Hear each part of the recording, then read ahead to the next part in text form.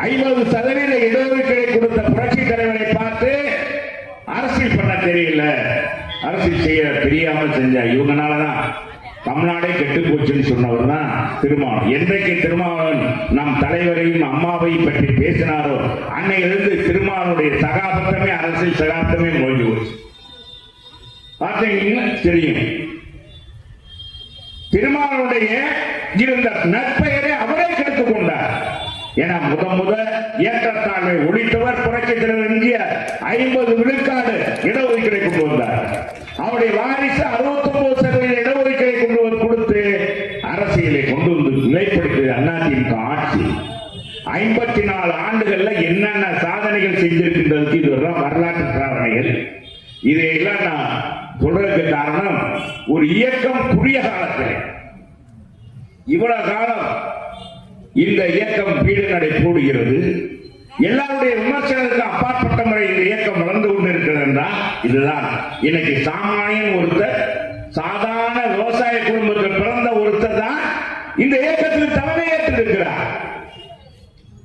படிப்படியாக அரசியலில் வளர்ந்து கழக பொதுச் செயலாளராக இன்றைக்கு முதலமைச்சராக 4 ஆண்டு காலம் அவர் பதவிக்கு வரும்போது என்ன மிகப்பெரிய மகிழ்ச்சியோடு அவரை வரவேற்றார்களா? ஆட்சியை நடத்த முடியுமா ஸ்டாலினா, இவர் எடப்பாடியார் என்று ஸ்டாலினே கேள்வி பேசினார். பொங்கல் இருந்து அந்த திமுக ஆட்சிக்கு வந்துடும் அப்படின்னார்.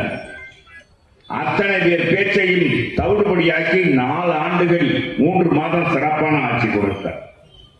பாதுகாக்கப்பட்ட வேளாண் மண்டலம் அவர் கொண்டு வந்தது. மும்முனை மின்சார திட்டம், விவசாயிகளுக்காக குடிமராமத்து திட்டம் எவ்வளவு பெரிய இருக்கணும். தூர்வா அதே மாதிரி அத்திக்கடு அனாசி திட்டம், 3 முறை பயிர்க்கடன் தள்ளுபடி, 3 முறைங்க.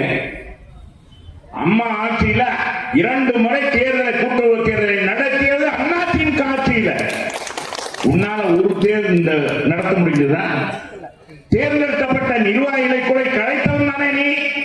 திமுக ஆட்சி.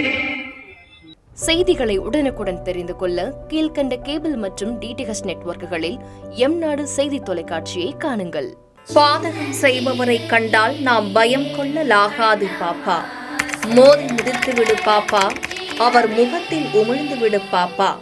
அண்மை செய்திகளை உடனுக்குடன் தெரிந்து கொள்ள இணைந்திருங்கள் எம்நாடு தொலைக்காட்சியுடன்.